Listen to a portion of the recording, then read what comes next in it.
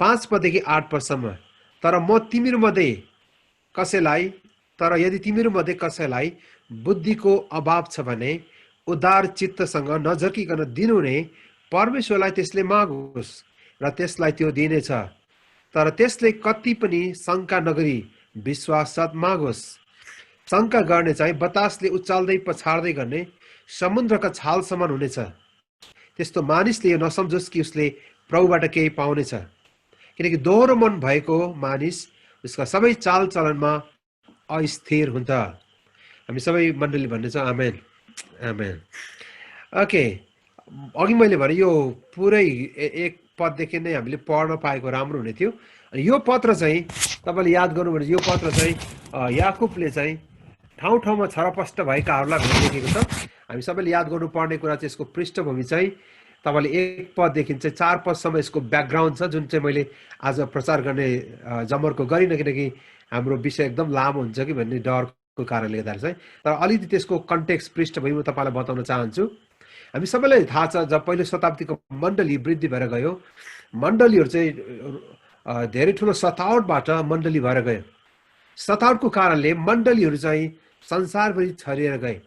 याकुबले यो पत्र चाहिँ सतावटको कारण घरबार विहीन भएर घरबार गुमाएर विभिन्न देश र ठाउँहरूमा गएर जीवनमा सङ्घर्ष गरिरहेका विश्वासीहरूलाई हौसला दिनको लागि लेखिरहेका छन्। घरबार मात्र होइन, तर आर्थिक र भौतिक रीतिले अनि शारीरिक रीतिले दैनिक जीवनमा पनि कसरी जिउने होला भनेर सङ्घर्ष गरिरहेका ती विश्वासीहरूलाई विश्वासमा बलियाउनका लागि याकुबले यो पत्र लेख्दछन्।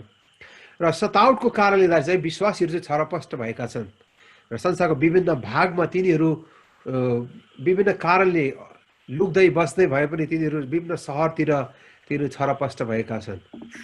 अहिले नेपाली भाषीहरू संसारभरि हामी छरपष्ट भएका छौँ विविध कारणले गर्दाखेरि चाहिँ।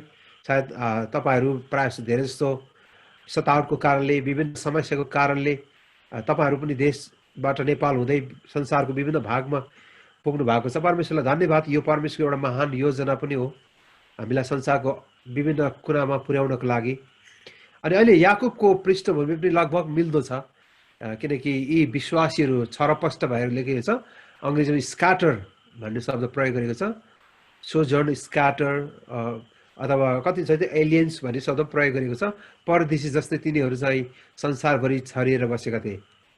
प्रियहरू, संसारभरि एउटा परदेशी जस्तै छरपष्ट भएकालाई तपाईँहरू मैले याद गर्नुपर्ने गरी तपाईँ र म यो संसारमा प्रवासी नै हो, परदेशी नै हो। अनि हामी संसारभरि छरिएर रहेका छौँ। विभिन्न कारणले थुप्रै च्यालेन्जेसहरूको हामीले सामना गरिराखेका छौँ। 2 पदमा हामीलाई पढ्यो भने यो कुराको यकिन हुनेछ, किनकि 2 पदमा यसरी लेख्छ, तिमीहरूमाथि विभिन्न किसिमका आपद विपद आइपर्दा भनेर लेखेछ। तपाईँले याद गर्नुभयो, आपद विपद आइपर्दा। यसका यो मण्डलीका विश्वासीहरू चाहिँ विभिन्न किसिमका चुनौतीहरूबाट भएर गइराखेका छन्। आपद विपद भनेर अङ्ग्रेजीमा नेपालीमा लेखेको छ। अङ्ग्रेजीमा चाहिँ the different kind of trials, the varieties of trials, विभिन्न किसिमका। ग्रिकको अनुवाद चाहिँ the different colours of trials, विभिन्न रङका। एउटै खालको समस्या छैन। अहिले हामी यहाँ लगभग 18-20 परिवारहरू जोडिएका छौँ। अहिले हाम्रो आफ्नो समस्या हेऱ्यो भने चाहिँ हाम्रो आफ्नै डिफ्रेन्ट कलर्स अफ ट्रायल्सहरू, हाम्रो च्यालेन्जेसहरू भिन्न भिन्न प्रकारका छन्। कतिको पारिवारिक चुनौती होला, कतिको आर्थिक चुनौतीहरू, कतिजना कोभिड-19बाट हामी सङ्क्रमित भएको कारण आफ्नै च्यालेन्जेसहरू छ, बिरामीहरूको चुनौतीहरू, सतावटको चुनौतीहरू, आफ्नो परिवारमा एक्लै विश्वासी भएको कारणले आएका च्यालेन्जेसहरू, थुप्रै प्रकारका हाम्रो फ्यामिली च्यालेन्जेसहरूबाट हामी त्यो भेराइटिज अफ ट्रायल्सहरू, जीवनका सङ्घर्षहरूबाट हामी गइरहेका छौँ। हामी एक त संसारभरि छरिरहेका छौँ। हामीले प्यारो गरेको देश हामीले छोड्नु परेको छ। अनि यी याकुबले लेखिरहेका यी मण्डलीहरूले पनि आफ्नो ठाउँ, आफ्नो गाउँ छोडेर तिनीहरू संसारको विभिन्न ठाउँमा तिनीहरू जीवनको दौडानमा तिनीहरू दौडिरहेका छन्, एउटा यात्री जस्तै, एउटा प्रवासी परदेशी जस्तै। तिनीहरूको जीवनमा थुप्रै प्रकारका ट्रायल्सहरू, सङ्घर्षहरूबाट भएर तिनीहरू गइराखेका छन्। मलाई थाहा छैन तपाईँहरूको व्यक्तिगत र पारिवारिक र मण्डलीको परिस्थिति के छ। हामी सबै नै अहिले एउटा कमन प्रब्लमहरूबाट हामी गइराखेका छौँ, च्यालेन्जेसबाट गइराखेका छौँ। हामी सबैलाई कोभिड-19को कोरोना भाइरसको कारणले हामी सबैजना नै डर र त्रासको एउटा समयहरूबाट पनि भएर गइराखेका छौँ। र मैले सुने अब युएसमा पनि धेरैजना नेपालीहरू यो परिस्थितिबाट गइराख्नु भएको छ र विशेष गरी यो पार्टमा र ओहायो मैले सुनेको चाहिँ अब यता कन्टकी यता त्यो एरियातिर पनि धेरैजना यो परिस्थितिबाट गइराख्नु भएको छ न्युयोर्क एरियाहरूबाट बोस्टन एरियाबाट धेरैजना नेपालीहरूको बारेमा पनि म प्रार्थना विषय सुनिरहेको छु हामी सबैजनाको एउटा ठुलो च्यालेन्जबाट एउटा ट्रायल्सबाट हामी गइराखेका छौँ तर तपाईँले याद गर्नुभयो यो परिस्थितिको विषय याकुबले के लेख्छ तिमीहरू चाहिँ आनन्द सम्झ भन्छ त्यस पछाडि चाहिँ यसले किनकि धैर्यता उत्पन्न गराउँछ भन्छ यो परिस्थितिबाट हामी धैर्यता उत्पन्न गराउँछ अनि त्यसले चाहिँ हामीलाई चारपट्टि परिपक्व बनाउँछ यो चाहिँ पृष्ठभूमि हो समस्याहरूले चाहिँ हाम्रो जीवनलाई परिपक्व बनाउँछ भन्छ अनि त्यो चाहिँ अहिले मैले तपाईँको विषय राखिनँ किनकि सबै ट्रायल्सले परिपक्व बनाउँछ भन्ने चाहिँ छैन तर 3 पदमा हेऱ्यो भने चाहिँ तिनीहरू परिपक्व हुनेछन् जोहरू चाहिँ परिस्थिति खराब भएर जाँदा पनि विश्वासमा स्थिर रहन्छन् 3 पदले भने स्थिर रहनेहरू चाहिँ के हुनेछन् त तिनीहरू चाहिँ परिपक्व हुनेछन् यो चाहिँ पृष्ठभूमि भयो र आजको खण्ड मैले जुन तपाईँको विषय बोल्न गइराखेको छु त्यो चाहिँ 5 पददेखि अब याकुबले 5 पददेखि के भन्दैछ भने चाहिँ ती छरपष्ट भएका विश्वासीहरू जो विभिन्न प्रकारका नाना किसिमका विभिन्न किसिमका अनि यहाँ नेपालीमा त्यही लेख्छ विभिन्न किसिमका आपद विपद विभिन्न किसिमका समस्या र चुनौतीहरूबाट गइरहेका यी विश्वासीहरूलाई याकुबले यसरी लेख्दछ आज खण्डमा तिमीहरूले बुद्धिलाई माग अनि आजको यस खण्डमा 5 देखि 8 पदसम्म हेऱ्यो भने चाहिँ 3 पटक चाहिँ 5 र 6 पदमा मात्रै याकुबले त्यसले बुद्धि मागोस् भनिकन लेखेको छ यसका प्रियहरू अहिले मैले तपाईँको बिचमा हामीलाई बुद्धि विजडम जुन छ हामीलाई त्यो ज्ञान र बुद्धिको खाँचो छ जुन चाहिँ हाम्रो परिस्थितिलाई ट्याकल गर्नको लागि यो परिस्थितिमा जिउनको लागि याकुबले लेखेको कुरा चाहिँ तिमीले बुद्धिलाई माग यसकारण आजको मेरो प्यासेज 5 देखि 8 पदसम्म चाहिँ त्यो पुरै खण्ड चाहिँ त्यो पुरै 5, 6, 7, 8 चारवटा पुरै अध्याय चाहिँ पद चाहिँ याकुबले बुद्धिको विषयमा लेखिरहेका छन् बुद्धिको विषयमा उनले के लेखेका छन् हामी त्यसको बारेमा अहिले हेर्न गइरहेका छौँ जब नि तपाईँ मेरो जीवनमा आपद विपद आएपछि एउटा उद्देश्यको निम्ति परमेश्वरले हामीलाई त्यो बाटो भएर लैजानुहुन्छ अनुमति दिनुहुन्छ यी कुराहरू बुझ्नको लागि तपाईँ र मेरो सामान्य ज्ञानले हामी बुझ्न सक्दैनौँ संसारको ज्ञानले हामी बुझ्न सक्दैनौँ यसको लागि कुनै गणितीय सूत्रहरू छैनन् तर परमेश्वरको वचनले नै हामीलाई यस बारेमा बुझ्नलाई सहायता गर्नेछ जब विश्वासीहरू आपद विपदबाट भएर जान्छन् तिनीहरूसँग भएको विश्वास चाहिँ कस्तो खालको विश्वास हो तिनीको विश्वासको जाँच मात्र होइन तर तिनीको चरित्रको पनि निर्माणको निम्ति परमेश्वरले हामीलाई यी सबै परिस्थितिमा लैजानुहुन्छ तर त्यो परिस्थितिबाट हाम्रो चरित्र निर्माण गर्नलाई हामीलाई परिपक्व बनाउनको लागि परमेश्वर लानुहुन्छ भने तापनि त्यो कुरा बुझ्नको लागि चाहिँ परमेश्वरले हामीलाई बुद्धि दिन चाहनुहुन्छ परमेश्वर चाहनुहुन्छ कि हामीले त्यो कुरा बुझ्नलाई हामीलाई परमेश्वरले ईश्वरीय बुद्धि परमेश्वरले दिन चाहनुहुन्छ यसकारण याकुबले भन्छ बुद्धिलाई माग याकुबले बुद्धिलाई माग भने चाहिँ त्यो इन्डिपेन्डेन्ट भर्स चाहिँ होइन यो जेनरल विजडम माग्नको लागि भनेको होइन अघि म त्यसको कन्टेक्स्ट बताएँ यी छरपष्ट भएका विश्वासीहरू जो विभिन्न किसिमका आपद विपदबाट भएर गइराख्नु भएको छ उहाँहरूले त्यो परिस्थितिहरूमा कसरी जिउनु पर्छ त्यो परिस्थितिलाई ट्याकल गर्नको लागि त्यो परिस्थितिलाई ह्यान्डल गर्नको लागि याकुबले चाहिँ तिमीले बुद्धि माग भन्दैछ यसको कन्टेक्स्ट चाहिँ यो बुद्धि माग भन्ने कारण चाहिँ हामीले त्यसै बुद्धि माग्ने भन्ने कुरा होइन तर कठिन परिस्थितिहरूमा कसरी जिउनु पर्छ हामी सबैलाई बुद्धिको आवश्यकता छ अब मेरो क्वेसन चाहिँ के छ भन्दा चाहिँ तपाईले मेरो जीवनमा समस्याहरू आउँदाखेरि चाहिँ हामी के माग्छौँ तपाईले मेरो चुनौतीको बीचमा हामी के माग्छौँ 5 पदमा याकुबले लेख्छन् तर यदि तिमीहरूमध्ये कसैलाई बुद्धिको अभाव छ भने उदार चित्तसँग नझर्किकन दिनुहुने परमेश्वरले त्यसले मागोस् र त्यसलाई त्यो दिनेछ कष्ट भएर जाँदा वास्तवमा तपाईँ र म चाहिँ के माग्छौँ जब जीवन कठिन भएर जान्छ जब जीवनमा चुनौतीहरू आइपर्छन् त्यो बेला हामी के माग्छौँ एकदम इम्पोर्टेन्ट कुरा हो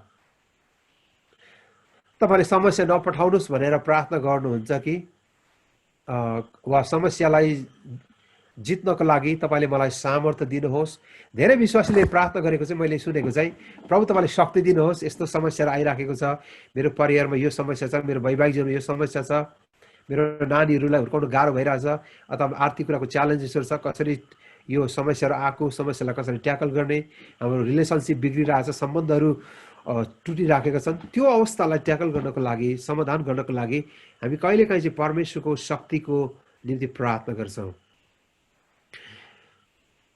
पास्टर वारेन वेब्सले उनको बी म्याच्योर भन्ने परिपक्व हो भन्ने उनको किताबमा चाहिँ उनकै मण्डलीको सेक्रेटरी दिदीको स्टोरी राख्नु भएको छ। मलाई त्यो स्टोरी चाहिँ साह्रो मनपर्छ, जहिले पनि मेरो जीवनमा छुएको स्टोरी चाहिँ त्यो हो। अनि वारेन वेब्सले यो दिदी उसको मण्डलीको सेक्रेटरी, सचिव भनौँ, सम्पूर्ण खातापाता लेखनदासको काम गर्ने उनको मण्डलीको दिदी, उनका नानीहरू विवाह गरेर उनीहरू छुटेर गइसकेका थिए। दुईजना श्रीमान श्रीमती चाहिँ भिन्न एउटा घरमा बस्दै गर्दथे। अचानक यो दिदी चाहिँ बिरामी भइन्। उनको ब्रेन स्ट्रोक भयो। ब्रेन स्ट्रोक भने बुझ्नुहुन्छ होला, ब्रेन ह्यामरेज, मस्तिष्क घात भन्छ नेपालीमा। ब्रेनमा एट्याक भएपछि चाहिँ उनी चाहिँ एकदम सिकिस्त बिरामी भइन्। उसलाई अस्पताल लगियो र उनको ब्रेनको जुन ब्रेन एट्याक भयो, उस प्रकारले ब्रेन स्ट्रोक भएपछि चाहिँ उनको चाहिँ न्युरोलोजिस्टसँग, नसा सम्बन्धी, ब्रेन सम्बन्धी डक्टरलाई उनले निरन्तर भेटिरहनु पर्ने भयो। औषधि लिन सुरु गरिन्। जब उनी बिरामी परिन्, ब्रेन स्ट्रोक भएर औषधि मात्रै लिइराखेको थिइन्, अचानक उनको श्रीमान पनि बिरामी भए। के भएर बिरामी भयो थाहा भएन। श्रीमान पनि बिरामी भयो। श्रीमान पनि अचानक बिरामी भएर आँखै दृष्टि नै गुमायो। श्रीमान त दुईटै आँखा देख्न छोड्यो। उनका दृष्टिहरू कमजोर भएर गए र उनी कम्प्लिटली देख्न नसक्ने भएर गए। अचानक के भयो। अनि उनको श्रीमानलाई चाहिँ अर्को अस्पतालमा भर्ना गरियो र आँखा सम्बन्धी अब इएनटी डक्टरलाई देखाउनु पर्ने भयो। अब आँखा सम्बन्धी उपचार त उनी अस्पतालमा भर्ना भए। श्रीमान अस्पतालमा भर्ना गरिएका छन्। श्रीमती एकातिर ब्रेन स्ट्रोकको कारण ठुलो समस्याबाट दुविधाबाट गइराखेकी थिइन्। तर यो दिदी अद्भुत कुरा चाहिँ, यो दिदीले चाहिँ सन्डे सर्भिस चाहिँ कहिले पनि छुटाइनन्। जब चर्चको समय हुन्छ, हरेक चर्चको सन्डे चाहिँ उनी चर्च पुग्थिन्। बिरामी अवस्थामा पनि औषधि खाँदै भए पनि मण्डली जान्थे। उनको कमिटमेन्ट, चर्चप्रतिको कमिटमेन्ट चाहिँ अद्भुत थियो, किनकि उनी प्रभुलाई गहिरो प्रेम गर्ने मान्छे। एक दिन सन्डेको सर्भिस पछाडि पास्टरले अन्तिम प्रार्थना गरिसकेपछि दिदीलाई भेट्नुहुन्छ। अनि दिदीलाई अब भलाकुसारी भयो, के कस्तो हुनुहुन्छ, तपाईँको स्वास्थ्य, श्रीमान कस्तो हुनुहुन्छ, सबै सोधखोज भयो। र पास्टरले भन्नुभयो, दिदी हामी तपाईँको लागि निरन्तर प्रार्थना गरिराखेका छौँ। दिदीले सोध्नुभयो पास्टरलाई, पास्टर के भनेर प्रार्थना गर्दै हुन्छ मेरो लागि? पास्टरले भन्नुभयो, वारेन वेब्सले चाहिँ, तपाईँ जुन परिस्थितिबाट भएर जाँदै हुनुहुन्छ त्यो परिस्थिति एकदम गाह्रो छ मेरो लागि। मैले हेर्दा र सुन्दाखेरि पनि एकदम कठिन परिस्थितिबाट भएर तपाईँ जाँदै हुनुहुन्छ। मेरो यही प्रार्थना छ, परमेश्वरले तपाईँलाई यो परिस्थितिमा सहने शक्ति दिउन् भनेर म प्रार्थना गर्दैछु। अनि दिदीले पास्टरलाई, वारेन वेब्सलाई यसरी भन्नुभयो, पास्टर हो, आजदेखि तपाईँले मेरो एउटा अर्को विषयमा प्रार्थना गरिदिनुहोस् भन्नुभयो। अनि के विषय भने पास्टरले सोध्नुभयो र दिदीले भन्नुभयो, यो परिस्थिति जुन अवस्थाबाट म गइराखेको छु त्यो परिस्थितिमा कसरी जिउनु पर्छ, परमेश्वरले मलाई बुद्धि दिनुभएको होस् भनेर प्रार्थना गरिदिनुहोस्। यो बेला मलाई बुद्धिको पनि खाँचो छ। वास्तवमा यो दिदीले सही कुरा मागेकी थिइन्, सही कुरा प्रार्थनामा पास्टरलाई कुरा गरेकी थिइन्, किनकि उनलाई यो परिस्थितिमा सामर्थ्य मात्र होइन तर परमेश्वरको बुद्धि पनि चाहिएको थियो। दाजुभाइ दिदीबहिनी, कतिचोटि हामी बुद्धिको अभावमा नै हामी नष्ट भएका छौँ। यसका होसेले सही कुरा लेखेको छ, मेरो प्रजा ज्ञानको कमीले नष्ट भयो। हामी स्पिरिचुअल क्षेत्रमा, हामी एकदम आत्मिक क्षेत्रमा अगाडि छौँ। ख्रिस्टसँग हाम्रो सम्बन्ध राम्रो छ, हाम्रो स्पिरिचुअल लाइफहरू एकदम राम्रो छ। तापनि प्रियहरू, तपाईँ र मेरो जीवनमा हामीलाई परमेश्वरको विजडम, माथिबाटको बुद्धि चाहिँ अति आवश्यकता छ। तपाईँको जीवनमा समस्या आयो भने तपाईँ के को लागि प्रार्थना गर्नुहुन्छ? के तपाईँले परमेश्वरलाई कहिले पनि यसरी प्रार्थना गर्नु, यो दिदीले जस्तै, प्रभु मलाई तपाईँको बुद्धि चाहिएको छ, यो कठिन समयबाट मैले कसरी हिँड्नु पर्छ, यो कठिन यो मार्गबाट भएर जाँदा म कसरी जिउनु पर्छ, तपाईँले मलाई बुद्धि दिनुहोस्। जीवनमा आइपर्ने कष्ट र आपद विपदबाट किन आउँछ भने बुझ्नको लागि उहाँले हामीलाई बुद्धि दिन चाहनुहुन्छ। धेरै मान्छेले समस्या आउने बित्तिकै किन मलाई नै आएको होला, किन यो सबै समस्या मेरो परिवारमा आएको, त्यो मान्छेलाई चाहिँ कहिले केही हुँदैन, हामीलाई मात्रै यस्तो हुन्छ, त्यो प्रकारको वाइ क्वेसन चाहिँ हाम्रो मनमा आइहाल्छ। किनभने प्रश्न चाहिँ हाम्रो मनमा तुरुन्तै आउने क्वेसन हो। अनि यो प्रश्नको जवाफ पाएन भने हामी यति धेरै फ्रस्ट्रेट हुन्छौँ, यति धेरै निराशातिर हामी डुबिजान्छौँ। तर प्रिय, यो परिस्थितिलाई बुझ्नको लागि परमेश्वरले हामीलाई बुद्धि दिन चाहनुहुन्छ। प्रिय, तपाईँले आज के बुद्धि माग्दै हुनुहुन्छ?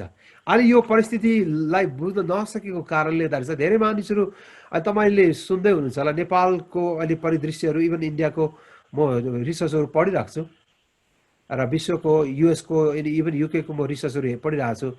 अहिले जुन कोभिड-19 पछाडि यता आउँदाखेरि चाहिँ डिप्रेसनको इभन अमेरिकामा पनि डिप्रेसनहरू चाहिँ मोर देन 25% डिप्रेसन चाहिँ बढेर गएको छ। अब यो कोभिड-19 भन्दा अगाडि पनि धेरै डिप्रेसनहरू अमेरिकाको 18 इयर्स बिलो डिप्रेसनबाट सुसाइड गर्नेहरू एकदम हाइएस्ट छ अमेरिकामा। तपाईँले यो कुरा याद गर्नुभएको छ छैन? र गत महिनामा मात्रै नेपालको तथ्याङ्क निक्लेको छ। डाक्टर श्यामप्रसाद लोहनीले राइजिङ नेपालमा 10 मेमा एउटा आर्टिकल लेख्नु भएको थियो र मार्च 24 देखि मे 2 तारिकभित्र 10 दिनभित्र मात्रै नेपालमा सुसाइड गर्नेहरू चाहिँ 492 जना। रिपब्लिका भन्ने एउटा अङ्ग्रेजी पत्रिका छ, त्यस 21 मेमा निकालेको आर्टिकलमा चाहिँ कोभिड-19 को लकडाउन सुरु भएदेखि नेपालमा चाहिँ फेब्रुअरी 15 देखि यता हेर्दाखेरि मात्रै 20%ले सुसाइड केस चाहिँ बढेर गएको छ। तपाईँलाई थाहा छ भारतमा जब यो कोरोना भाइरस आयो त्यस पछाडि चाहिँ यस्तो साह्रो मान्छेमा अफवाह फैलिएको थियो कि त्यो टेस्ट गर्यो भने चाहिँ पोजिटिभ आउँछ भनेर मान्छेले टेस्ट अब सबैको टेस्ट गर्छ गभर्मेन्टले, त्यसले गर्दा चाहिँ टेस्ट गर्दा सबैको अब पोजिटिभ पायो भने भनेर त्यो पोजिटिभ निस्किन्छ कि डरले आत्महत्या गर्नेहरू चाहिँ 80 जनाले चाहिँ त्यो पोजिटिभ टेस्ट गर्दा पोजिटिभ आउँछ कि भने डरले नै आत्महत्या गर्ने चाहिँ 80 जना। तपाईँलाई थाहा छ मार्च 29 तारिक के भयो? जर्मनका फाइनेन्स मिनिस्टर र अर्थमन्त्रीले नै आत्महत्या गरे। त्यो घटना तपाईँले सुन्नु भएको होला। थोमस सेफरले जब त्यो बेला जर्मनमा त्यो अब मार्च 29 मा जर्मनमा भर्खर नै कोरोना भाइरस त्यहाँ सुरु भएको थियो र त्यत्रो बृहत सङ्ख्यामा पनि भएको थियो, लेस देन 1000 मानिसहरू चाहिँ अफेक्टेड भएका थिए। तर यो कोरोना भाइरसबाट आउने इकोनोमिक क्राइसिस चाहिँ यति ठुलो दर्दनाक हुनेछ भन्ने उनले अड्कलबाजी गरे अनि त्यो कुराबाट डिप्रेसन भएर उनले चाहिँ हि कमिटेड सुसाइड। अनि त्यसको उनको त्यो उमा चाहिँ के लेखेको थियो भन्दाखेरि चाहिँ उनको के आर्टिकलमा चाहिँ he was deeply worried about future, भविष्यसँग उनी एकदम गहिरो चिन्तामा डुबे जसको कारणले उनले आत्महत्या गरी भनेर त्यहाँ लेखेको थियो। तपाईँले भर्खर सुन्नुभयो होला होइन, जुन 14 मात्रै हाम्रो सुशान्त इन्डियाको बलिउडका एक्टर सुशान्त सिंह राजपुतले आत्महत्या गरे। र मैले एबिपी टेलिभिजनको न्युजमा हेर्दै थिएँ, उनको थुप्रै रिसर्चहरू मानिसको आफ्नो भनाइहरू राखेको थिए, तर उनको डाक्टरलाई सोधेको उनको मेडिकल डाक्टर जसँग उनको कन्सल्टेन्ट भइरहेको थियो र उनले चाहिँ दिएको रिजनमा चाहिँ उनले डिप्रेसनको कारण नै हो भनेर।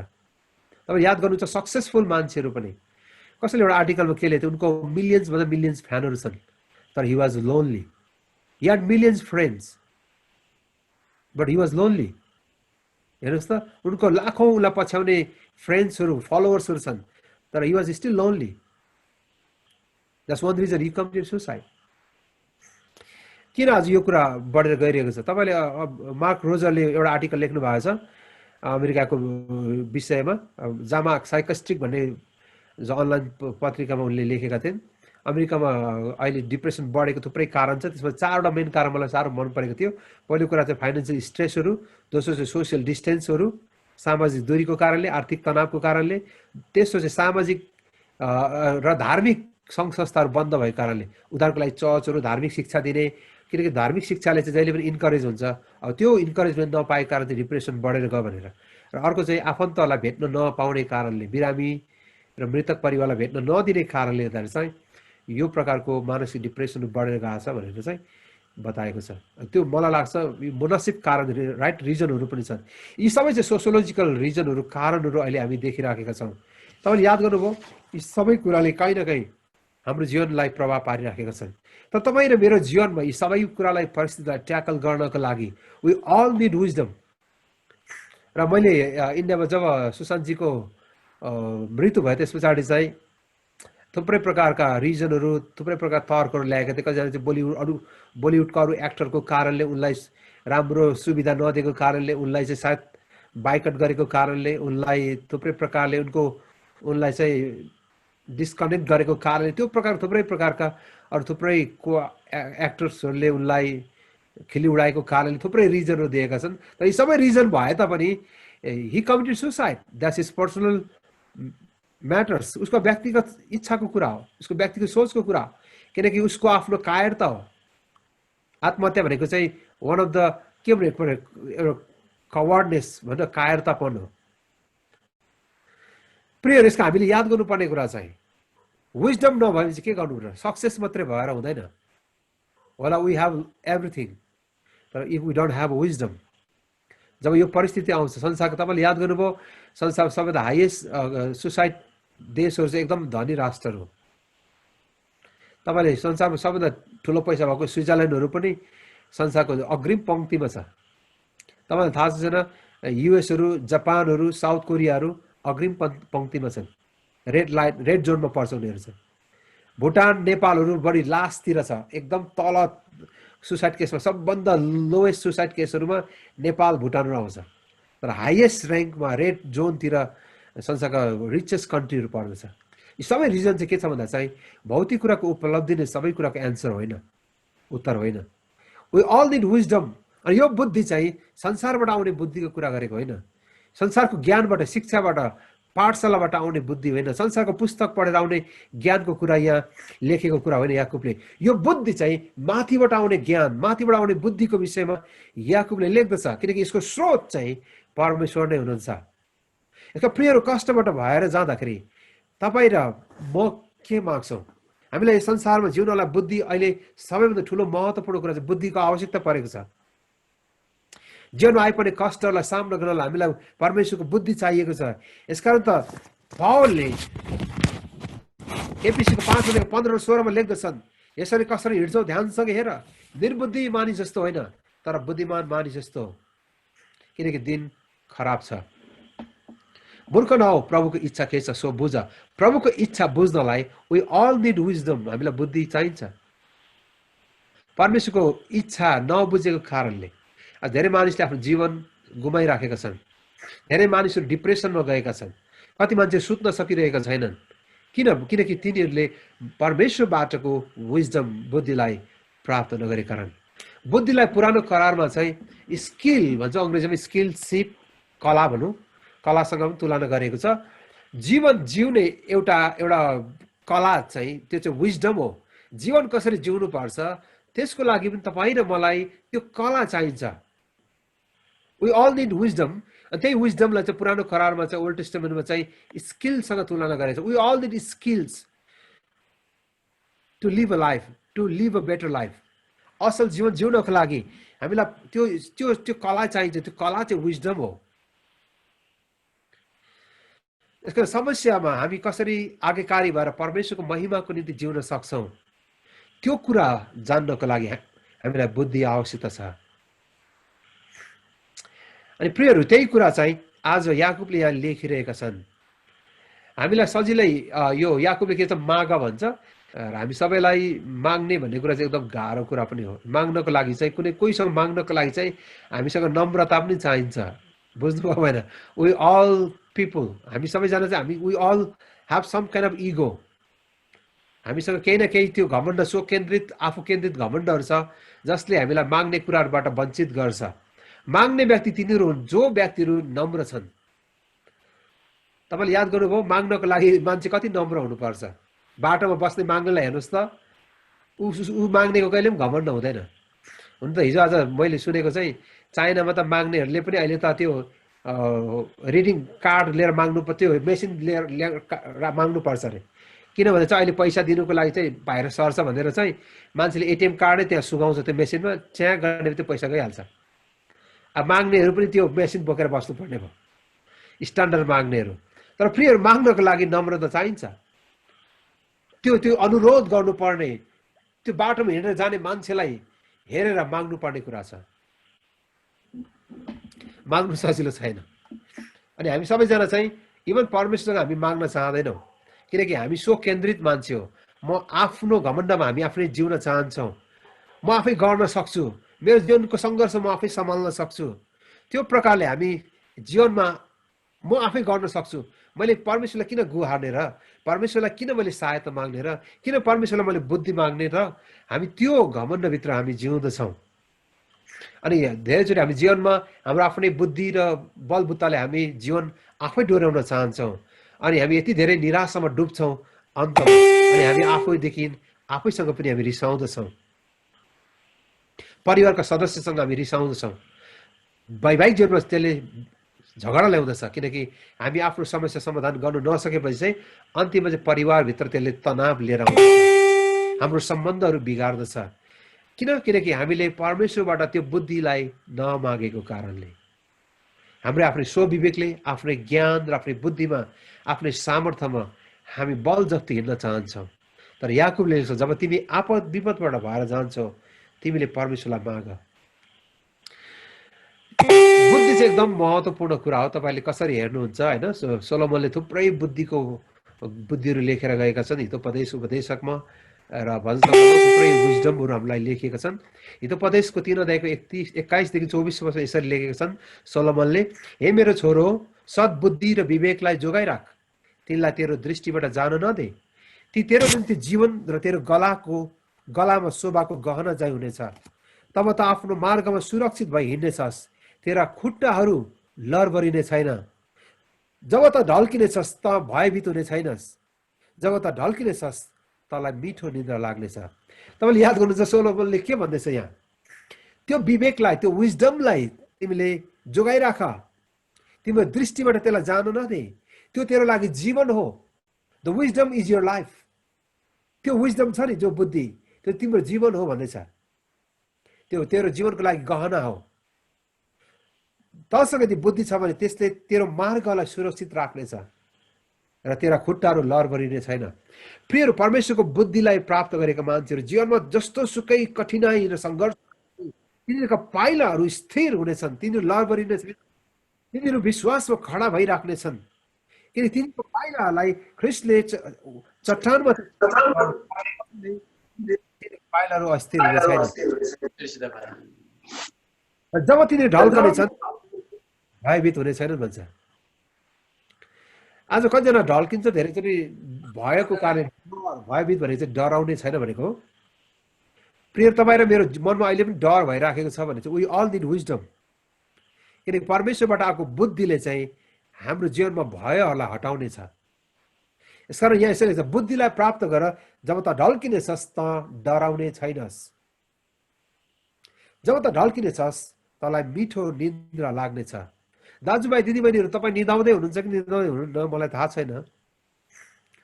हाम्रो कतिजना विश्वासीले मलाई अस्ति भन्दै हुनुहुन्थ्यो, खोइ 3 बजीसम्म निद्रै लाग्दैन हौ पास्टर, के गर्ने, के भएको भन्दै थियो। प्रियहरू, तपाईँ र निदाउन सकिरहेका छैनौ कि प्रशस्त गरी? अनि सोलोमनले भन्छ, तिमीले बुद्धिलाई प्राप्त गर्यो भने तिमीले ढल्कँदा पनि तिमीलाई डर हुने छैन, तिमी भयभीत हुने छैनौ, तिमी ढल्कनेछौ, तिमीलाई मिठो निद्रा लाग्नेछ। प्रिय, हामीले बुद्धिलाई हामीले प्राप्त गर्न सकौँ, बुद्धिलाई हामीले माग्न सकौँ। बुद्धि पाएका नम्र मानिसहरू नै समस्याको अगाडि, समस्याको समयमा परमेश्वर आउँछन्, सङ्कष्टमा तिनी आनन्द गर्न सक्छन्। परमेश्वरको अघि आउनलाई नम्रता चाहिन्छ। यसै कारण परमेश्वरले कतिचोटि हामीलाई त्यो समस्याको बाटोबाट लानुहुन्छ, ताकि हाम्रो जीवनलाई नम्रतामा ल्याउनको लागि। कतिजनाको व्यक्तिगत जीवनमा थुप्रै समस्याहरू आउँछन् एउटै कारणले, किनकि परमेश्वरले तपाईँ र मलाई त्यो नम्रतामा परमेश्वरको अगाडि झुक्नलाई, परमेश्वरको सन्मुखमा आउनलाई परमेश्वरले नम्र बनाउन चाहनुहुन्छ। त्यस पछाडि याकुबले लेख्छन्, बुद्धिलाई कसरी प्राप्त गर्ने त? तीनवटा कारण, तीनवटा बुद्धिलाई प्राप्त गर्ने तरिकाहरू याकुबले लेखेका छन्। पहिलो कुरा चाहिँ छ, बुद्धिलाई प्राप्त गर्नको लागि हामीले जान्नुपर्ने 3वटा कुरा चाहिँ, पहिलो कुरा चाहिँ परमेश्वर नै बुद्धिको स्रोत हुनुहुन्छ। God is the source of our wisdom. तपाईँले याद गर्नुभयो आजको खण्डमा 5मा, कसैलाई बुद्धिको अभाव छ भने उद्धार चित्तसँग नझर्किकन दिनुहुने परमेश्वरलाई त्यसले मागोस्। कसलाई मागोस्? परमेश्वरलाई मागोस्। राजा सोलोमनले हितोपदेश 2:6 लेखेका छन्, किनकि परमप्रभुले बुद्धि दिनुहुन्छ, परमप्रभुले बुद्धि दिनुहुन्छ। अझै पहिलो कोरिन्थी 1:30मा त पावलले नयाँ करारमा लेख्दछन्, ख्रिस्ट येशू नै हाम्रो उद्धार र हाम्रो बुद्धि हुनुहुन्छ। Christ is the our wisdom. तपाईँले याद छ, पावलले जब ख्रिस्टलाई पाए, परमेश्वरको बुद्धिलाई उनले प्राप्त गरे। पावलले के भन्छ, हामी ख्रिस्टको बुद्धिको प्रचार गर्छौँ। हामी संसारको बुद्धिको प्रचार गर्दैनौँ, तर हामी ख्रिस्टको प्रचार गर्छौँ। संसारको लागि त्यो बुद्धि मूर्खता भए तापनि हामी ख्रिस्टलाई प्रचार गर्छौँ। ख्रिस्टलाई जब पाए पावलले, अनि पावलभित्र परमेश्वरको अलौकिक विजडम बुद्धि परमेश्वरले दिनुभयो। यस संसारमा उत्कृष्ट जीवन पावलले जिउन सके कारण चाहिँ ख्रिस्टलाई जब उसले ग्रहण गरे त्यो बुद्धिलाई उसले प्राप्त गरे। पावलले भन्छ ख्रिस्ट येशू नै हाम्रो बुद्धि हुनुहुन्छ। Christ is our wisdom. प्रियहरू, यसकारण हाम्रो बुद्धिको स्रोत परमेश्वर नै हुनुहुन्छ। दोस्रो कुरा चाहिँ छ, बुद्धिलाई प्राप्त गर्नको लागि चाहिँ हामीले बिना शङ्का माग्नु पर्दछ। आज खण्डमा त्यही कुरा लेखेको छ, तर त्यसले कति पनि शङ्का नगरी मागोस्। यो अघि मैले भने मागोस् भन्ने शब्द चाहिँ 3 पटक लेखेको छ 5 र 6 अध्यायमा। शङ्का नगरिकन विश्वासद्वारा मागोस्। बिना शङ्का माग्ने हरेकलाई उहाँले बुद्धि दिनुहुन्छ। यो संसारबाट आउने बुद्धि त होइन, तर माथिबाट आउने बुद्धि जसले सङ्कटका समयहरूमा हामीलाई ख्रिस्टको महिमाको निम्ति जिउनलाई सहायता गर्नेछ। यसको पावलले कलस्सीको 2 अध्यायको 3 मा यसरी घोषणा गर्दछन्, उहाँमा नै ज्ञान बुद्धिका सारा सम्पत्ति लुकेका छन्। उहाँमा नै भने ख्रिस्टमा नै सारा हाम्रा बुद्धि र ज्ञानका सम्पत्तिहरू लुकेका छन्। अनि पावलले के भने भन्दा चाहिँ बुद्धि चाहिँ हाम्रो सम्पत्ति हो। कति मान्छेले चाहिँ भौतिक सम्पत्तिको लागि प्रार्थना गर्दैछ, तर बुद्धिलाई प्रार्थना गरेन भने चाहिँ त्यो पैसा चाहिँ उसको लागि नेपालीमा घाँडो भन्छ नि, एकदम धेरै बाधाको कारण हुन्छ। तपाईँले याद गर्नुभयो, पैसाको कारण नष्ट भएका धेरै मान्छेहरू छन्। किनकि उसले पैसा चाहिँ माग्यो, परमेश्वरले पैसा दिनुभयो, तर त्यो पैसालाई कसरी चलाउने विजडम नमागेको कारणले। यसको पावलले के बुझ्यो भन्दाखेरि चाहिँ हाम्रो जीवनको सम्पत्ति चाहिँ हाम्रो बुद्धि नै हो। अनि ख्रिस्टमा नै हाम्रो ज्ञान र बुद्धिका सम्पत्तिहरू छिपेका छन्। धेरै विश्वासीहरू परमेश्वरको बुद्धि होइन, संसारको बुद्धिको खोजीमा छन्। त्यसलाई चाहिँ पावलले आजको खण्डमा तपाईँले हेर्नुहोस् त, दोहोरो मन भएको भनेर लेखेको छ। तपाईँको बाइबलमा त्यो शब्द छ होला, 8 पदमा हेर्नुहोस् त, किनकि दोहोरो मन भएको मानिसले उसका सबै चाल चलन अस्थिर हुन्छ। यो शङ्का गर्ने मानिस त्यो चाहिँ दोहोरो मन भएको मान्छे, अङ्ग्रेजीमा चाहिँ डबल माइन्डेड भनेको छ। परमेश्वरको बुद्धि प्राप्त नगरेको मान्छे चाहिँ, शङ्का गर्ने मान्छे चाहिँ दोहोरो मन भएको, नेपालीमा चाहिँ दोहोरो मन भन्ने चलाइएको छ, बुझ्नुहुन्छ होला। अङ्ग्रेजीमा चाहिँ डबल माइन्डेड। डबल माइन्डेड भनेको चाहिँ परमेश्वरको वचन पनि विश्वास गर्छ, तर संसारको ज्ञानमा बढी भरोसा गर्छ। त्यसलाई चाहिँ हामी डबल माइन्डेड भन्छौँ। Such person is a double-minded and unstable in all they do. They are not stable. ती जो अस्थिर हुन्छ भन्छ। दोहोरो मन भएकाहरू चाहिँ परमेश्वरको बुद्धिलाई प्राप्त नगरेको मान्छे चाहिँ दोहोरो मन भएको मान्छे हो। विश्वासद्वारा नमाग्ने मान्छे दोहोरो मन भएको मान्छे हो। अनि तिनीहरू चाहिँ संसारको कुरा पनि सुन्छ, बाइबल पनि पढ्छ, तर ज्ञान चाहिँ जीवनको जिउने तरिका चाहिँ संसारकै तरिकाले जिउँछ। म धेरैचोटि यो केही उदाहरण दिने गर्छु भन्दाखेरि चाहिँ हाम्रो एकजना भाइको उदाहरण मलाई दिनु मन लाग्छ। यो भाइ चाहिँ एकदम प्रभुलाई प्रेम गर्ने भाइ हो। मण्डलीमा दिने कुरामा एकदम अगाडि पनि छ। चर्च चाहिँ कहिले छुटाउँदैन। घरेलु सङ्गति, सेल ग्रुपहरू सधैँ जान्छ। तर उसले एउटा अविश्वासी बहिनीसँग डेटिङ गरिरहेछ। अब यसलाई चाहिँ हामी डबल माइन्डेड भन्छौँ। राम्रो विश्वासी हो, तर अविश्वासी बहिनीसँग उसको प्रेममा फँसेको छ। बुझ्नुभयो त? किन भन्नुहोस् त, उसले प्रभुलाई चाहिँ प्रेम गर्छ, बाइबल पढ्छ, तर विवाह चाहिँ अन्य जाति केटीहरूसँग गरे पनि हुन्छ भन्ने उसको विश्वास। त्यसलाई चाहिँ दोहोरो मन भन्छ, डबल माइन्डेड। प्रियहरू, हामी त्यस्तो खालको विश्वासी पनि छौँ कि बाइबल चाहिँ पढ्ने हो, विश्वास पनि गर्ने हो, तर जीवन चाहिँ त्यसरी नै जिउने। अर्को एकजना भाइलाई मैले भेटेको, he was in living together. राम्रो प्रभुलाई प्रेम गर्ने मान्छे, तर his life is living together with somebody. एउटा बहिनीसँग चाहिँ लिभिङ टुगेदरमा बसिरहेछ, जुन चाहिँ बिब्लिकल होइन। अब ऊ विश्वासी हो, फेरि प्रभुलाई गहिरो प्रेम गर्छ। पास्टरले कहीँ शङ्का गर्ने ठाउँ छैन उसको। यस्तो एकदम राम्रो विश्वासी छ, प्रभुलाई एकदम प्रेम गर्ने दिने व्यक्ति। तर उसको लाइफ हेर्नुहोस् त, उसले संसारिक रीतिले जीवन जिउँछ। त्यसलाई चाहिँ डबल माइन्डेड भन्छौँ। त्यसको लागि हामीलाई विजडम चाहिन्छ। यदि हामी त्यस्तो प्रकारको जीवन जिउँदैछौँ भने वी अल निड विजडम।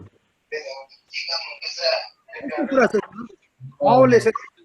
लेख्दछन्, तेस्रो कुरा चाहिँ छ, पहिलो कुरा चाहिँ बुद्धिको स्रोत ख्रिस्ट नै हुनुहुन्छ। दोस्रो कुरा चाहिँ छ विश्वासद्वारा मागोस्। तेस्रो चाहिँ सबैलाई परमेश्वरले बुद्धि दिनुहुनेछ।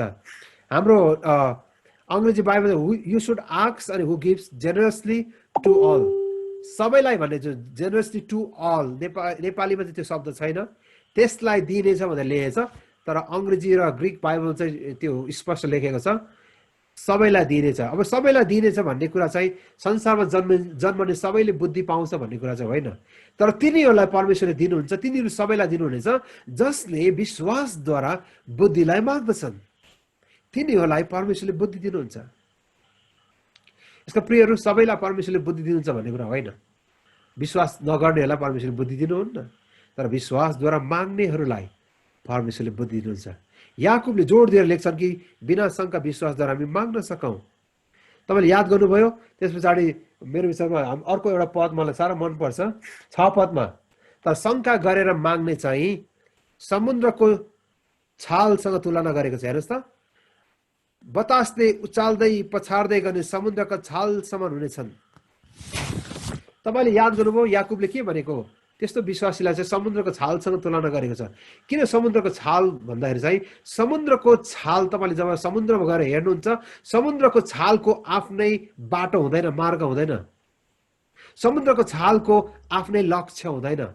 उता हावाको झोक्कामा जताबाट हावा बहन्छ, बतास चल्छ, त्यतै बहेर जाने कुरा हो। तपाईँ याद गर्नुभयो, समुद्रको छालको आफ्नै मार्ग हुँदैन। यसकारण हावाको गतिमा जताबाट हावा आउँछ, समुद्रको छाल त्यतै लहरिँदै जान्छ। त्यसलाई चाहिँ अस्थिर भनेर भनिएको छ। प्रिय तपाईँ र म समुद्रको छाल जस्तै अस्थिर हुने होइन, तर एउटा उत्कृष्ट जीवन जिउनको लागि, स्थिर भएर जिउनको लागि हामीले परमेश्वरसँग माग्न सकौँ। यसकारण तिनीहरूलाई परमेश्वरले बुद्धि दिनुहुन्छ जसले नझर्किकन दिनुहुने पितालाई तिनीहरूले विश्वासद्वारा माग्दछन्। मोसाको जीवनमा, मोसाले जीवनको अन्ततिर गएर उनले गरेको एउटा प्रार्थना भजनसङ्ग्रह 90 को 12 पदमा लेखिएको छ, हाम्रो आयु हामीलाई ठिकसँग गर्न सिकाउनुहोस् र हामी बुद्धिको हृदय प्राप्त गर्न सकौँ। तपाईँले याद गर्नुभयो, र हामी बुद्धिको हृदय प्राप्त गर्न सकौँ। बुद्धिको हृदय, द हार्ट अफ विजडम। त्यो बुद्धिको हृदय भनेको चाहिँ के हो भन्दाखेरि चाहिँ त्यो बुद्धिको हृदय त्यही हो जसले सङ्कटका समयहरूमा परमेश्वरसँग भरोसा गरेर जिउनलाई सहायता गर्छ। त्यो चाहिँ हार्ट अफ विजडम हो। हार्ट अफ विजडम भनेको त्यही हो, परमेश्वरको प्रबन्धमा भरोसा गरेर जिउने व्यक्ति, त्यो चाहिँ हार्ट अफ विजडम, परमेश्वरको बुद्धिको हृदय प्राप्त गरेको व्यक्तिहरू। यसकारण मोसाले जीवनको अन्ततिर गएर उसले प्राप्त गरे। मोसा संसारमा हेऱ्यो भने चाहिँ सबै बाइबलको लेखकहरूमध्ये सबैभन्दा धेरै पढेको मान्छे जस्तो लाग्छ मलाई। एउटा वान अफ द बेस्ट स्कुलिङबाट आएको मान्छे मोसा। तपाईँलाई थाहा छ मोसाको अर्ली लाइफ कसरी उनले मिश्रको दरबारमा पुगे? तपाईँलाई थाहा छ फारो राजाले जब सबै 2 वर्ष तलको बालकहरू मार्ने घोषणा गरे र मोसाको आमाले पनि बास्केटभित्र हालेर नील नदीमा बगाइदिए। नील नदीमा फारोको छोरी आफ्नो सहेलीसँग घुम्न जाँदाखेरि नदीमा एउटा बास्केट बगेर आएको देख्छ अनि सबैजनाले उघारेर हेरे, सुन्दर बालक देख्छ अनि फारोको छोरीले घरमा लिएर जान्छन्। अनि मोसा यसरी फारोको दरबारमा पुगे। 40 वर्षको उनको बेस स्कुलिङबाट उनी हुर्केर गए। र तपाईँले याद गर्नुभयो भने संसारको सिभिलाइजेसनको जति पनि इतिहास पढ्नु, सभ्यताको केन्द्र चाहिँ मिश्रलाई मानिन्छ। किन मिश्र चाहिँ शिक्षामा त्यो बेला पनि धेरै अग्रणी राष्ट्रमा गनिन्थ्यो। मिश्रको बेस स्कुलिङबाट उनले राजकीय घरानामा उनी हुर्किए। शिक्षा दीक्षाको हिसाबले गर्ने भन्यो भने चाहिँ उनी राम्रो एउटा शिक्षामा हुर्किएको मान्छे। 40 वर्षसम्म उनले दरबारमा राजकुमारको शिक्षा दीक्षा पाएर उनी हुर्किए। यो मोसाले जीवनको अन्ततिर गएर अद्भुत प्रार्थना गरे, हाम्रो आयु ठिकसँग गर्न हामीलाई सिकाउनुहोस् र यो बुद्धिको हृदय प्राप्त गर्न सकौँ। संसारको बुद्धि त उनीसँग प्रशस्त थियो, तर जीवनको अन्ततिर गएर मोसाले माथिबाटको बुद्धिको लागि प्रार्थना गरे, जुन बुद्धिले संसारमा जिउनको लागि उनलाई सहायता गर्ने। तपाईँलाई थाहा छ इजरायलीलाई डोर्याएर ल्याउँदै गर्दाखेरि मोसाले थुप्रै कुरा देखे, इजरायलीको जीवनमा सङ्घर्षहरू देखे र जीवनको उत्तरार्धमा आएर मोसाले यही प्रार्थना गरे, तपाईँले बुद्धि दिनुहोस्, यो बुद्धिलाई हामीले प्राप्त गर्न सकौँ। प्रियर, वी अल निड विजडम। हामीलाई आज बुद्धिको खाँचो छ।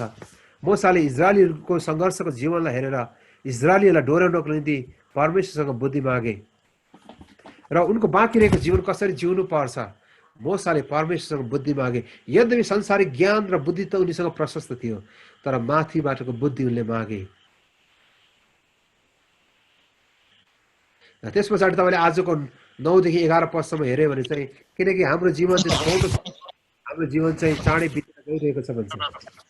यो छोटो जीवन जो परमेश्वरले तपाईँ र मलाई दिनुभएको छ, यो जीवनलाई हामीले उत्कृष्टतामा जिउनको लागि परमेश्वरले हामी सबैलाई बुद्धि दिनुभएको हो। तपाईँले आजको याकुबको त्यो 4 खण्ड हेर्नुभयो भने चाहिँ हाम्रो जीवन चाहिँ घाँस जस्तै छ, बिति जानेछ। यो छोटो जीवन छ हाम्रो, अनि यो जीवनलाई हामीले उत्कृष्टतामा जिउनको लागि, परमेश्वरको महिमाको लागि जिउनको लागि तपाईँ अनि मेरो लागि परमेश्वरको बुद्धि हामीलाई अति खाँचो छ। यसकारण प्रियहरू, हामीलाई यो घडीहरूमा यो परिस्थितिबाट भएर गइराख्दा हामी सबैलाई परमेश्वरले बुद्धि दिनुभएको होस्। डन जोन्सन भन्ने एकजना लेखकले उनको अथेन्टिक सक्सेस भन्ने किताबमा के लेखे भन्दा चाहिँ संसारमा जन्मनेहरू मध्ये 13% मात्रै जीवनलाई, जिन्दगीलाई राम्ररी बुझेर मर्छन्, तर 87% मान्छेहरू चाहिँ म यो संसारमा किन आएँ, म के को निम्ति यो संसारमा जन्मेँ, त्यो उद्देश्यलाई नबुझिकनै चिहानमा जानेहरू चाहिँ 87% छ, 87%। 13%ले मात्रै जीवनलाई बुझेर मर्छन्। दाजुभाइ दिदीबहिनीहरू, परमेश्वरले तपाईँ र मलाई एउटा उत्कृष्ट जीवन दिनुभएको छ।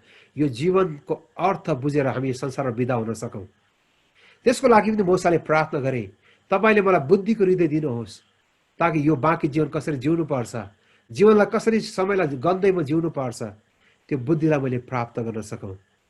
तपाईँ र मेरो लागि परमेश्वरको बुद्धि यो बेला खाँचो छ, किन यो सङ्कटको समयमा हामीलाई परमेश्वरको सामर्थ्य मात्र होइन तर परमेश्वरबाटको ज्ञान पनि आवश्यकता छ। यो जीवन उत्कृष्टतामा जिउनलाई हामी सबैलाई बुद्धिको खाँचो छ। हामी संसारमा जीवनलाई उत्तम प्रकारले जिएर हामीले राम्ररी समापन गर्न सकौँ। बुद्धि प्राप्त गर्नेहरू नै यस संसारमा उत्कृष्टतामा जीवन जिउनेछन् र तिनीहरू अन्धकारमय यस संसारमा पनि तिनीहरू ज्योति बनिरहनेछन्। अहिले कोभिड-19 को कारणले संसार एक प्रकारले चाहिँ एउटा मृत्युको अन्धकारको छायाबाट भएर गइरहेको छ। प्रियहरू, यो बेला पनि तपाईँ र म चाहिँ संसारको निम्ति उज्यालो ज्योति बन्न सकौँ, हामी संसारको लागि ज्योति बन्न सकौँ, किनकि ख्रीष्ट येशू आफै भन्नु तिमीहरू संसारका ज्योति हो। ज्योति चाहिँ अँध्यारोमा लुक्न सक्दैन। हामी यो समयमा हाम्रो अन्य जातिको बीचमा यो घडीमा निराशाले भरिएको यो संसारलाई हामीले ख्रीष्टको ज्योति छरिराख्न सकौँ, अनि त्यसको लागि तपाईँ र मलाई बुद्धि चाहिन्छ। पावलले यो विजडमको बारेमा नयाँ करारमा सबैभन्दा धेरै लेख्ने चाहिँ पावल हो। तपाईँले याद गर्नु, जब उनले ख्रीष्टलाई पाए, परमेश्वरको बुद्धिलाई उनले हासिल गरे अनि उनले संसारमा सबैभन्दा उत्कृष्ट जीवन बिताए। तपाईँले याकुबको अघि मैले तपाईँले 1 अध्यायको 3 पदमा 2 र 3 पदमा के लेख्छ याकुबले, जब तिम्रो जीवनमा सङ्कष्ट र आपद विपद आइपर्दा तिमीहरू पुरा आनन्द सम्झ। याद गर्नुभयो, यो संसारमा सङ्कष्टको बिचमा पनि पुरा आनन्दलाई लिएर जिउनलाई याकुबले आह्वान गर्दछन्। अनि त्यो सङ्कष्टमा पनि आनन्दले, त्यो आनन्द, the complete joy, the count all joy, the complete joy, त्यो पूर्ण आनन्द, यो नभए मेरो आनन्द तिमीहरूमा होस् र तिमीहरूको आनन्द पूर्ण होस्, त्यो कम्प्लिट जोय, त्यो पूर्ण आनन्द परमेश्वरले तपाईँहरूलाई दिनुभएको होस्। त्यसको लागि तपाईँ र मलाई बुद्धि चाहिन्छ। धेरै मान्छे समस्या आउने बित्तिकै गनगनाउन थालिहाल्छ, रिसाउन थाल्छ, निराश हुन्छ। कतिजना मान्छेहरू यति धेरै फ्रस्ट्रेसनबाट जान्छ, चिन्ता र फिक्रीबाट जाँदछन्, तर ती मानिसहरू सङ्कष्टमा आनन्द गर्न सक्दछन्। तपाईँले याद गर्नुभयो, संसारमा सबैभन्दा कष्टबाट भएर जाने व्यक्ति ती चेलाहरूमध्ये हेर्नु चाहिँ पावल आफै धेरै ठुलो सङ्कष्टबाट गए। उनको जीवनको सारा उनका पत्र उनले जेलबाटै लेखे, उनको कुनै पत्र पनि जेल बाहिर उनले लेखेन, प्राय सबै पत्रहरू उनले जेलबाटै लेखे। तपाईँले याद गर्नुहोस्, रोमको जेल, त्यो अन्धकारले भरिको जेल, त्यो चट्टानमा खोपेर बनाइएको जेलभित्र, अँध्यारो कोठाभित्र उनीसँग प्रशस्त उज्यालो थिएन, यो अहिलेको जस्तो इलेक्ट्रिसिटी थिएन, तर पनि त्यो अँध्यारोबाट उज्यालोमा बस्ने मानिसहरूलाई उनले संसारलाई एउटा आशाको सन्देश दिएर गए। अनि फिलिपीको पत्रमा हेर्नुहोस् त, प्रभुमा सधैँ आनन्द गर, फेरि म भन्छु आनन्द गर। यो पत्र लेख्दै त पावल आफै जेलमा थिए। कसरी जेलको अँध्यारो कोठाबाट हातमा हतकडी लगाइएको एउटा पावलले संसारमा स्वतन्त्रतामा जिउनेहरूलाई, उज्यालोमा जिउनेहरूलाई आनन्दको सुसमाचार उनले सुनाउन सके? कसरी यो सम्भव भयो त? तपाईँले याद गर्नुहुन्छ, यो पत्र पढ्ने फिलिपीका मण्डलीहरू जो जेलमा कहिले गएका थिएन, जो स्वतन्त्रतामा जिरहेका थिए, संसारको खुला आकाशमा उज्यालोमा जिउनेहरूलाई अँध्यारोमा बसेर पावलले आनन्दको सन्देश लेख्न सके, संसारलाई उत्साहको वचन लेख्न सके, हौसला दिन सके पौलले। कसरी यो सम्भव भयो? पौलले ख्रिस्टको बुद्धिलाई उनले प्राप्त गर्न सकेका थिए। प्रियहरू, यसै कारण पौलको जीवनलाई हेर्दाखेरि चाहिँ एउटा मलाई कोही बेला चाहिँ हृदय विदारक भन्छ नि, एकदम हार्ट टच गर्छ।